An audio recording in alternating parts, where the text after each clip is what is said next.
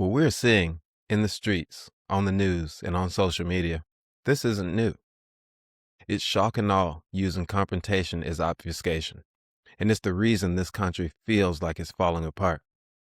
Check this out. Until last weekend, it had been 60 years since a president overrode a governor to send in the National Guard, and that was for Selma, or specifically the Selma to Montgomery civil rights marches. In 1965, President Lyndon B. Johnson called in troops to protect civil rights activists after Alabama governor and infamous segregationist George Wallace refused to. Protecting them was especially vital in light of Bloody Sunday, when peaceful marchers were violently attacked by state troopers, local police, and vigilante groups. And that's the key difference between then and now. Johnson sent in the National Guard to protect the rights of protesters. Now, Trump has sent in the National Guard to protect the very people who are disrupting the peace. The ICE protests started in LA largely because ICE was raiding communities and allegedly holding people in the basements of federal buildings. This is, of course, after months of tension, given that ICE has already been doing this across the country, arresting people without warrants, abducting people off the streets, and taking students from schools. This would be like if Johnson sent in the National Guard to protect the local police versus actual vulnerable groups and activists. And now Trump is planning on sending in even more military in the name of law and order. The country wants stability, and the government is choosing confrontation as obfuscation. And what does that mean? Well, it means that the loudest parts of politics, from immigration enforcement to budget fights to foreign policy brinkmanship, aren't just happening. They're happening at the same exact moment when something much quieter and much more fundamental, like affordable housing, higher paying jobs, healthcare, or the Epstein Files release, is being disrupted. They aren't byproducts of our politics. They're the strategy of it. What's up, y'all? I'm DeAntony Collins, and this is The Quiet Loud. Thanks for joining. Here's where we strip away the noise, not just tell you what's happening, but why it feels so disruptive and disorienting. So before we begin, please do me a favor, like this video, hit subscribe, and tap that bell so you don't miss any new episodes. Thursdays at 7 with clips happening all weekend, all right? This episode isn't just a list of headlines. It's a through line, a pattern that connects conflict, confrontation, and the deliberate noise of politics to why stability feels unreachable for the most Americans right now. So let's start with the most visceral example of this theme in action. Minneapolis. Federal immigration enforcement has escalated dramatically, not in the isolated incidents, but in a series of deadly encounters that have riveted the nation. Most recently, 37-year-old Alex Preddy, an ICU nurse and U.S. citizen, was shot and killed by federal agents during a Minneapolis operation, the second such fatal shooting in this city just this month. Minneapolis has had 3 shootings. 2 of them have been from ICE. Coming just weeks after Renee Nicole Good was also fatally shot in Minneapolis by federal enforcement personnel. Tragic human losses. But they also sparked protests across multiple U.S. cities, from Minneapolis to San Francisco, New York, and Los Angeles, pretty much all major cities around this country, where demonstrators are calling for accountability and deep changes in federal immigration enforcement. And here's where the pattern begins. In both cases, initial official narratives from DHS and White House aides leaned into justification and demonization, only to have video and independent evidence undermine those claims immediately after. You don't want to tell us what's going on? People on the street and eyewitnesses have been turning in videos from every angle so that we can see how these ICE goons are out here handling themselves and U.S. citizens and undocumented people here in this country. That cycle. Confrontation first, explanation through defamation second, continues to fuel skepticism and distrust. The political reaction has been just as dramatic. Senate Democrats have vowed to block funding for Homeland Security and ICE unless substantial reforms are attached in the wake of these shootings.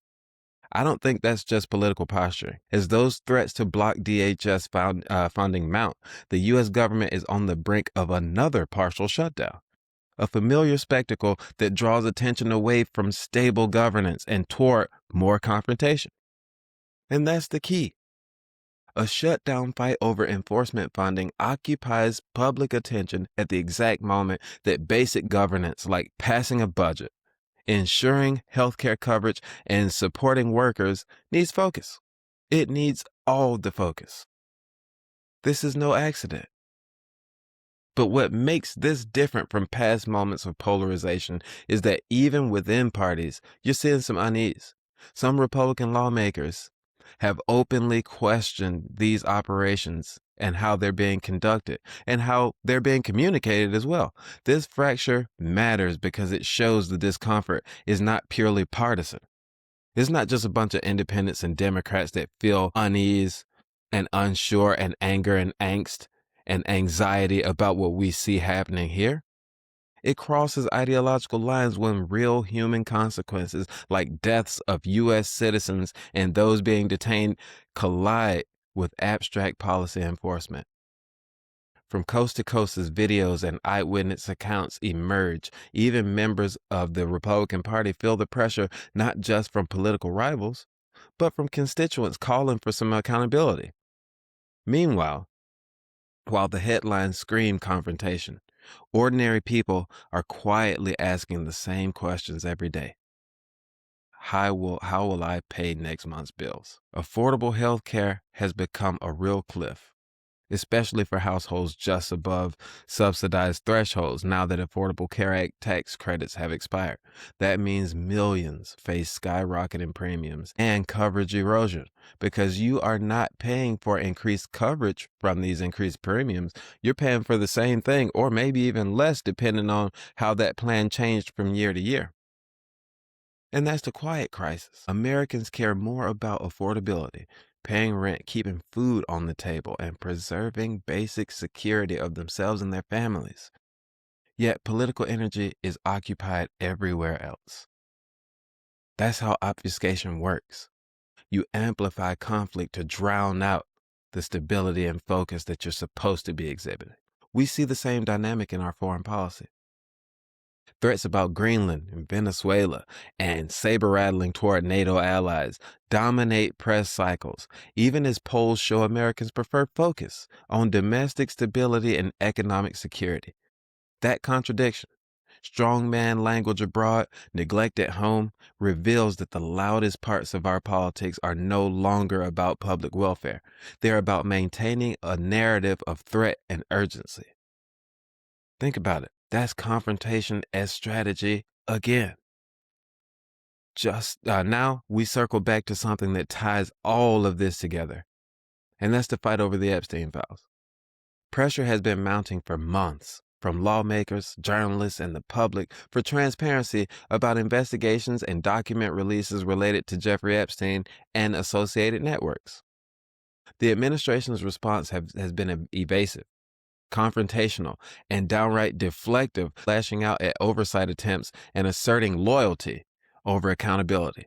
I mean, think about it. When the first bill, the petition to get the Epstein Files released, was coming up, and Adelita Grahalva was going to be the 218th signer onto that petition, as they were doing that, the government was trying to, Trump leading the charge, was trying to say, Republicans, whoever votes for this, you're disloyal to me, and you're going to get a primary, this, and the other, up until he saw that they were going to do it anyway. And then he jumped in and said, well, you know what? Yeah, we'll sign it. Go ahead and send it and we'll sign it. That reaction tells you exactly what this episode is about. Not truth, but control of the narrative through conflict. Confrontation is so much easier to sell than honesty, chaos than clarity. So what would actual stability be looking like right now? It would probably look like a Congress that's doing its job without brinkmanship, with consideration for its constituents and how they are affecting our country's future. It will probably be from a government that thinks healthcare should be affordable. They may not believe in single payer, but that is the direction we should be going. Taxpayers have been subsidizing big pharma and big insurance forever. It's time they turned it around and did something for us. Okay? It would look like enforcement that's accountable and transparent. When somebody steps out of line and they do harm to another person, they do something outside of their jobs, they should face accountability and justice, and the government should be transparent about those actions. It might look like foreign policy that aligns with the public interest. We don't want Greenland to be a part of America. They don't want it. We don't want Canada to be a part of America. They don't want it. We don't want conflicts to be picked from one nation to the next in the name of one man's ego. We don't want that. It might also look like trust in government institutions being restored and not shredded. Systematically, institutions that aren't perfect, but have been here since we can remember in our modern memory, and they are now being eroded. They're now being attacked to a point where we don't know what the future of these institutions and organizations will be. It might look like stability, and stability isn't quiet because it's simple, okay? It's quiet because it's hard. It's quiet because it requires attention, the attention that it has not been given thus far from this administration led by this president. Got a lot of work to do, but midterms are coming. And we need to make this next election too big to rig, because believe it, he will try to rig it. He will try to say that places like Minneapolis and Los Angeles and Portland and wherever other population centers are, that they're much too dangerous and they need help to keep safe.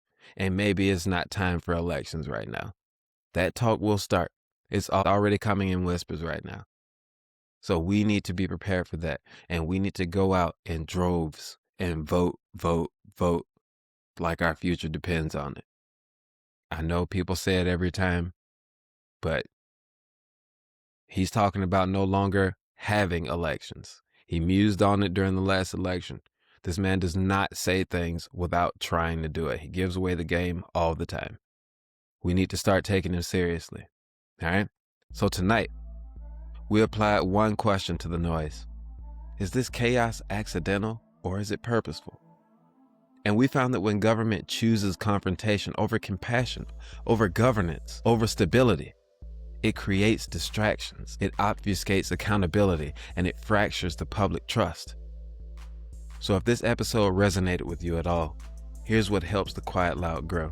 Please, again, like this video. Leave a comment. I answer and comment on each one of them, okay? Subscribe if you haven't.